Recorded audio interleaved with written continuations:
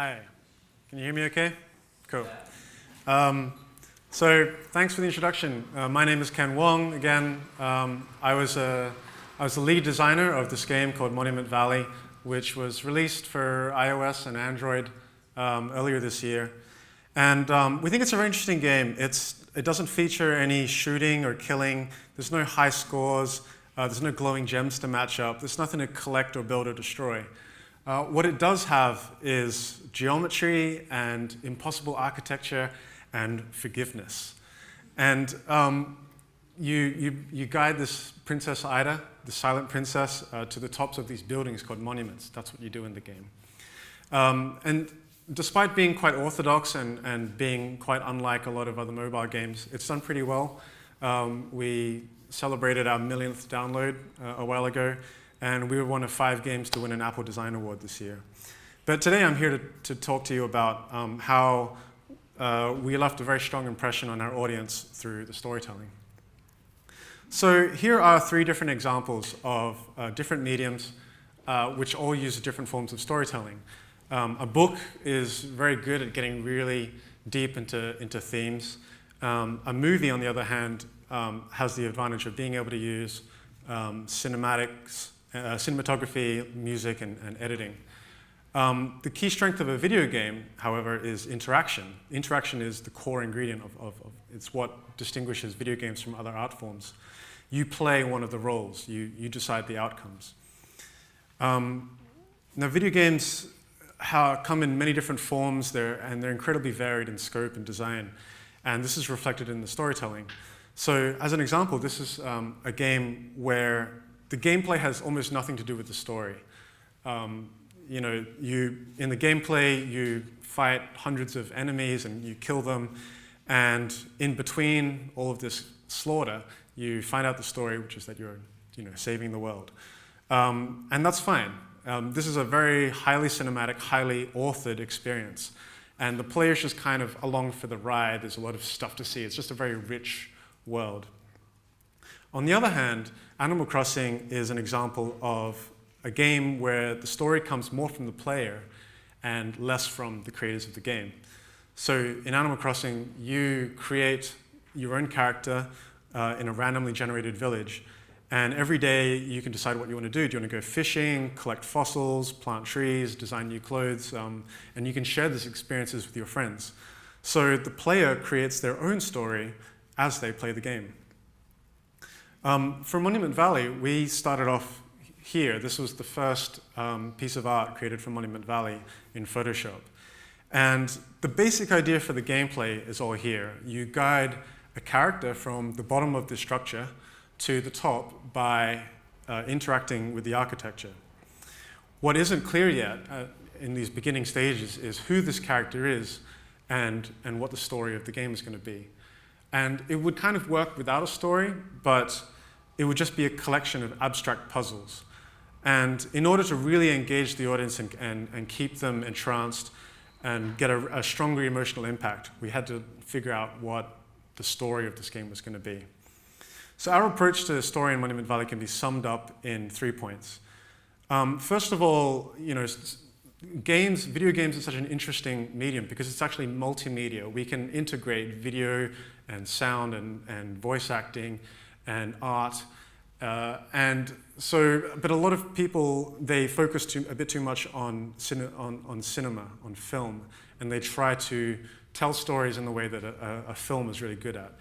And we thought that we were going to try telling story in Monument Valley more like music, the way that music or perhaps a music video can tell a story. Secondly, I think our approach was to first figure out what the interaction was going to be, and from that, develop characters and themes, and only after that we were going to figure out the story. And lastly, I think it was important that for this particular situation, instead of separating the game out from the story, we were going to try and integrate them together to try and make it one cohesive experience. So in terms of music and music videos, this is All Is Full of Love by Björk, directed by Chris Cunningham. It's one of the greatest music videos ever made. And not a lot happens in the video. The lights flicker on, and we see that these robots are putting together another robot with Björk's face. And she sits up and meets another robot, who is also a robot with Björk's face. And then they make out. And then the lights flicker out, and that's it. And that's a really simple story. And it's also not very clear what any of this means. The storytelling isn't precise or exact. It's told through lyrics, through tone, through the aesthetic qualities of the music in the video. And if that seems half-finished, that's because it kind of is. It's up to the viewer to decide who these characters are and what kind of world they're inhabiting. It's up to the viewer to relate to these characters as lovers and living beings. And that's actually great for an interactive medium like video games, because what's more interactive than getting the player involved in the storytelling? Sorry, I did that slide too fast. Finally, one last point I wanted to make is that the storytelling is optional.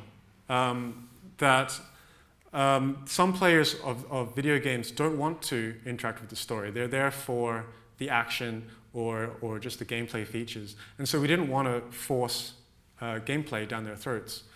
Just like a music video, you don't have to engage in the story. You can just listen to it for the music. It's very interesting to make the story sort of an optional feature. So moving on, first we decided that it was important to figure out what the interactions of the game were going to be. So this is an early piece of concept art that we did where we're just experimenting and figuring out how we're going to interact with the architecture in order to get the character from A to B. And this is what we ended up with. You can tap on the path to move the protagonist, the Princess Ida, to new locations, and through that you can step on switches which activate things. You can enter doors, and you can hold and move on these circular little grips to move pieces of architecture, or you can rotate these handles. And this forms the basic interactions of the game, from which we created a whole bunch of different levels, which I'll come back to a bit later. Next, after we'd figured out those interactions, we had to kind of figure out what this world was going to be, what the characters and themes were. In terms of themes, we thought that it would be interesting to kind of turn a video game convention on its head. In a lot of video games, you go around collecting coins or stars or other things. You're always like trying to get stuff. And we thought it'd be really interesting if, instead of doing that, you were returning things to these monuments. We felt that the game was more about the journey. It was more about walking the path and experiencing this thing rather than battling through it and fighting and trying to overcome difficult scenarios. There was an illusory aspect to the game. You know, we had these optical illusions in the architecture, and nothing ever seemed quite what it was from first appearances. The game was designed to be very beautiful and sell itself through its visuals, but it's also a very lonely place. You know, Ida is one of the only characters in these buildings that feel abandoned. And so there's this aspect of loneliness to it. And lastly, you know, whoever had built these amazing structures, they weren't there anymore. And conjoined with like this idea of restoring these sacred geometry artifacts back to the monuments, there was this idea of hubris and stolen knowledge. And I think when you consider all these themes together, that's why we thought of the game as being about forgiveness. In terms of the characters, we knew that this character in the world had to kind of navigate around, and we wanted her to be a very empathetic character. And so Ida doesn't have a face and doesn't have her own voice, because we didn't want to tell the player what to feel by Ida acting out scenes and acting sad and happy, or the music telling the player what to feel. We felt like it was more important for her to be sort of this empty vessel that the player could kind of impress themselves on. It's important to realize that the player is not Ida herself. You can tell Ida where to go, but you can also interact with architecture, which has nothing to do with her. Along with Ida, we developed a couple of other characters based on the ways that you can interact with the world. So first of all, there are these crow people that move around the monuments like Ida, but they do so sort of automatically and get in her way. The totem is a bit like a living bit of architecture, and Ida can use the totem to reach higher places or hold down switches. And lastly, there is this ghost character who's just sort of a very direct way of delivering some story to Ida. As the gameplay developed, we started to talk more in this team about who these characters were and what their backstory was. So, in games, kind of the immediate assumption is that you play the hero and that everyone else are the bad guys. And even though these crows get in your way and kind of feel very oppressive, we thought that it'd be interesting if the crows weren't evil, they were just mindless, and they kind of walked back and forth on these paths and got in her way just because their minds weren't quite there. And Ida isn't necessarily the hero. Maybe the reason that she has to return these artifacts is because she's done something bad in the past and now she's making up for that and she's seeking forgiveness. And the totem character was kind of this very loyal companion and was always helping out Ida. But we thought that it would be interesting if this faithfulness, this loyalty would betray him and be his downfall. Last of all, the ghost character, the one who delivers these bits of story, he's an echo of the glory days of Monument Valley, and he gives some hints about the history of what this place is. So only once we had created all these different levels and we had developed these characters did we actually try and assemble all of these together into a coherent narrative. So here are the 10 levels that we ended up with, and we kind of rearranged and shuffled these a bit like editing a film in order to kind of construct a narrative around who we thought these things were. And we had emotional beats and we had character introductions in mind. But once we laid out this order, we were able to kind of fine-tune that story and discuss that and figure out what it was going to be. The last point I wanted to talk about was integrating the story with the game. So instead of giving you a block of gameplay and then stopping to deliver story, we wanted to try and integrate that as closely as possible. An example of that is whenever you enter a new level, which we call a chapter, you get this sort of introductory text, a bit like a chapter heading for a book. And we thought that this was a good place to be able to deliver just a little bit of story, tell you a little bit about this world. And we debated about this a long time. We revised this many, many times, just trying to cram as much story into these few words. Another way that we delivered story was through the storyteller ghost. So every so often, Ida will meet this character that gives you a little bit of a hint in these sort of lyrical poems about what this world is and what she's doing there. Other bits of story were not so obvious. We as I said, we don't actually highlight that Ida's returning things. It's just sort of you have to pay attention when she's animating it, that she's giving these artifacts back to the monuments. That's true of every level except one. In every level, you move to the tops of these monuments to restore artifacts, but in one level called the Descent, she picks a flower from the top of the monument and descends down the monument and puts it at the foot of this mass grave. The totem character, if you pay attention, there's a lot of dead totems in the landscape, and that kind of gives a hint as to who the totem is. And then lastly, it's a bit hard to see on the projector, but there are these murals on the walls of Monument Valley which kind of give a hint about the people who built it. And some of the storytelling is actually done within the levels themselves. The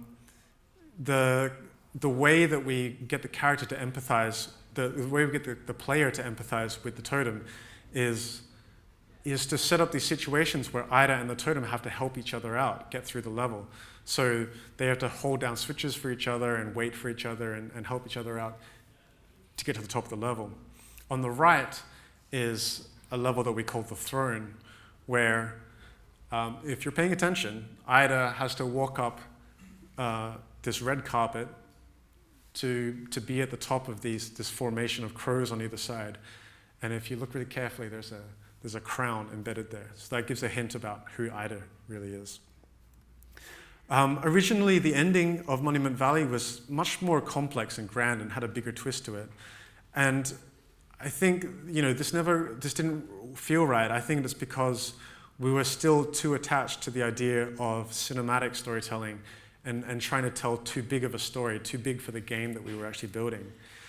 And things only started to really make sense once we remembered that we were looking at music videos and the kind of simple stories that they told. Now, Monument Valley is a very short game. Instead of stretching all the ideas that we had over as many levels as possible and trying to make a really long, mobile game with as many levels as we could, we thought that we should put all of our effort into making every level unique with only the very best puzzles. And this had the bonus effect of keeping all the emotional beats really densely packed.